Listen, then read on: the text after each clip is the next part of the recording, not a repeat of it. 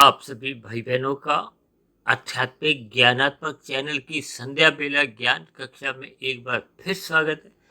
आज की चर्चा का विषय है सतोगुण की सवारी। लेकिन साथ में हमने दूसरी पंक्ति में एक शब्द लिखा है तैरना। देखिए, हम सभी भाई बहन भौतिक प्रकृति के तीन गुणों से कम अधिक बंधे हुए हैं।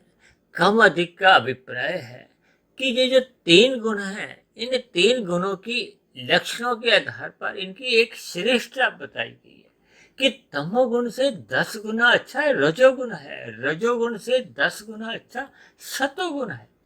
ये प्रकृति के तीन गुण सापेक्ष दृष्टिकोण से एक सतोगुण अच्छा माना जाता है। इसीलिए तो आज हमने क्या लिखा है कि सतोगुण की सवारी के साथ हमने तैरना शब्द लिखा, क्योंकि भगवान श्री कृष्ण ने गीता में इन तीन गुणों में सतोगुण को एक श्रेष्ठ गुण बताया है। और इन गुणों की क्या स्थिति है कि ये गुण अपने आप कार्य करते हैं। हमें इन गुणों से बंधना नहीं है। बंधना का अभिप्राय है कि हमने इनका सकाम भाव से इनका संग नहीं करना। इसलिए तो भगवान श्री कृष्ण ने गीता में एक साधारण मनुष्य को अर्जुन के माध्यम से एक निष्काम कर्म करने की एक प्रेरणा दी है, उपदेश दिया है। कर्म योग में स्थित होने का एक उपदेश दिया।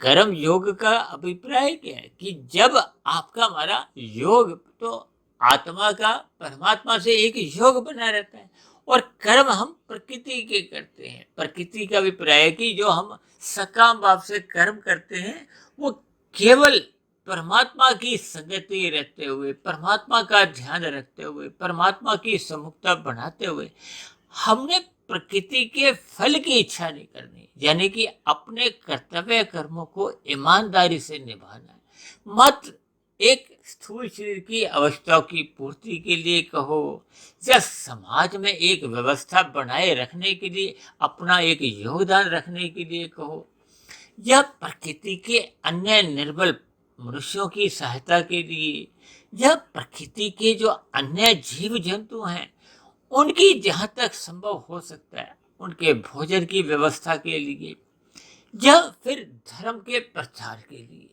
क्योंकि इन तीन गुणों में देखिए, तमोगुण को अज्ञानता से जोड़ा जाता है, अंधकार से जोड़ा जाता है, एक पागलपन से, प्रमाद से, आलस्य से जोड़ा जाता है, निंद्रा से जोड़ा जाता है।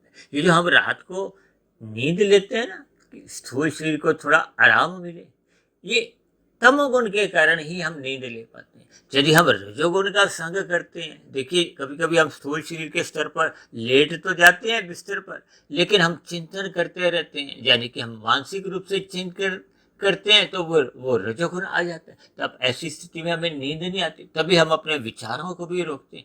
तब जाके जब मतलब तमोगुण की प्रधानता होती है तो नींद हमें आती है। यानी कि हमें देखिए, प्रकृति का कोई भी गुण अपने आप में कोई निंदा का पात्र नहीं है, लेकिन किस गुण का कितना संग करना है, किस भाव से संग करना है, बस इसको जान लेना ही मनुष्य जीवन की एक सफलता है, सार्थकता है। अन्यथा मनुष्य इन तीन गुणों के बंधन में कैसा अपने आप को बांध लेता है। क्योंकि आज हमने क्या कहा है कि हमने सवारी किसकी करनी है। सवारी का अभिप्राय है कि हमने किस गुण का संग करना है। किस गुण का संग करने का अभिप्राय है कि किस गुण में हमने बैठना है, सवारी करनी है।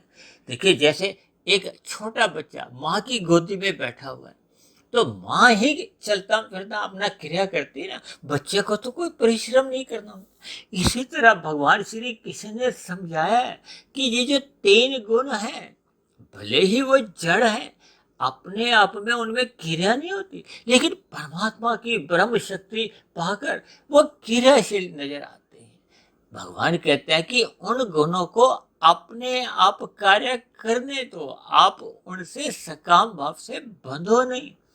क्योंकि जब हम रजोगुण में बंध जाते हैं, रजोगुण में बंधने का अभिप्राय क्या है कि जब हमारी 5 विषय भोगों में एक मर्यादा से अधिक रुचि हो जाती है, देखिए, स्थूल शरीर की आवश्यकताओं की पूर्ति के लिए तो शास्त्रों में भी कोई मना नहीं किया गया, अन्यथा आपका हमारा स्थूल शरीर जीवित ही नहीं रह सकता। लेकिन जब जब हम अमर्यादित होकर इन विषय भोगों के व्यसनी बन जाते हैं, उनमें हम आसक्ति हो जाती है, यानी कि इन 5 विषय भोगों के बहाव में बहने लगते हैं।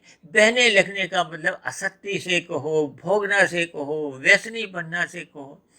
तब व्यसनी बनते बनते मनुष्य की क्या स्थिति आती है कि मनुष्य फिर तमोगुण में गिर जाता है, डूब जाता है, क्योंकि जब विषय भोगों की मर्यादा से अधिक भोगने की एक आदत पड़ जाती है, तब मनुष्य में प्रमाद आने लगता है। उसको सतोगुण की चर्चाएं अच्छी नहीं लगती। भले ही कभी कभी देखिए रजोगुणी मनुष्य सतोगुण की निंदा तो नहीं करता, लेकिन उसकी प्रति वो उदासीन रहने लगता है। उदासीन रहने से फिर आपका हमारा ज्ञान धुंधला होने लगता है, क्योंकि सतोगुण की स्थिति में ही ज्ञान अपनी मूल स्थिति में बना रहता है।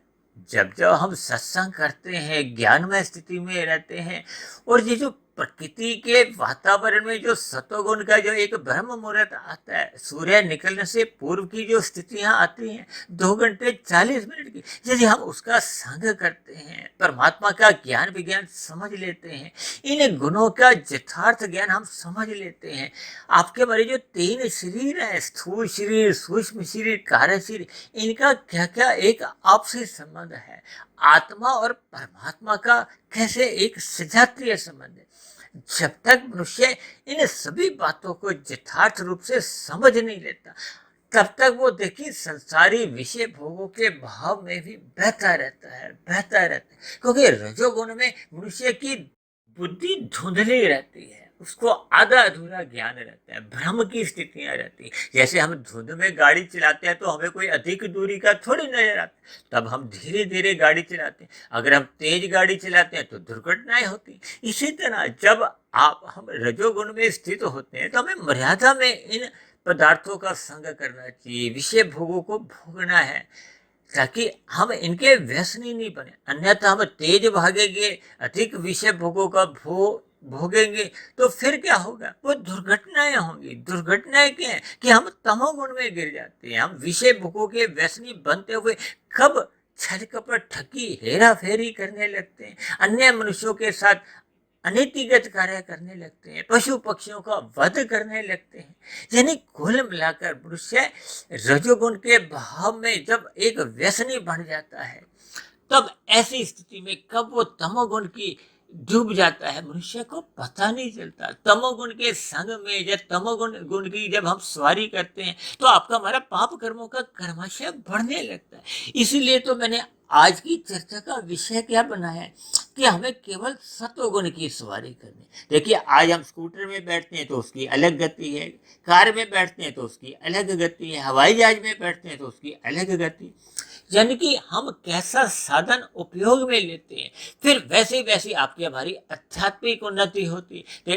देखिए, जब हम रजोगुण का अधिक संग करते हैं तो आपकी हमारी कोई आध्यात्मिक उन्नति हो नहीं पाती, भले ही रजोगुण धर्म अनुसार भी हो। लेकिन जब जब हम सत्संग करते हैं, ब्रह्म मुहूर्त का संग करते हैं, यानी कि हम सतोगुण की सवारी करते हैं, सतोगुण की सवारी करते करते ही फिर आपके हमारे मन में परमात्मा के प्रति एक विशेष जिज्ञासा उत्पन्न होती है। परमात्मा क्या है, विशुद्ध सतोगुण ही सत्य, जबकि प्रकृति का जो एक सतोगुण है वो एक अपने आप में मलिन सतोगुण माना जाता है। इसलिए मेरी आप सभी भाई बहनों से विनती है कि मिले हुए जीवन में हमें अपने स्वभाव में सत्वगुण का अधिक संग करना चाहिए, यानी कि हमें सत्वगुण की सवारी करनी चाहिए, सात्विक दिनचर्या रखनी चाहिए, ब्रह्म मुहूर्त में उठना चाहिए। ये सभी स्थितियां जब आपके हमारे स्वभाव में, संस्कार में सदा बनी रहती हैं, तो परमात्मा की सुमुखता बनी रहती है, परमात्मा की स्मृति बनी रहती है। तो ऐसी सभी शुभ स्थितियां बनी रहने से ही फिर आपके हमारी आध्यात्मिक उन्नति होती है, आपका हमारा मिला हुआ जीवन सफल हो जाता है। ऐसी सभी शुभ स्थितियां हम सभी भाई बहनों के जीवन में भी बने। इन्हीं शुभ कामनाओं के साथ आज की चर्चा विशेष को यही विश्राम देते हैं। कल सुबह ब्रह्म मुहूर्त में फिर मिलते हैं। तब तक अपने आध्यात्मिक मित्र सुधीर भाटिया फकीर को इजाजत दें। आप सभी भाई बहनों को शुभ रात्रि।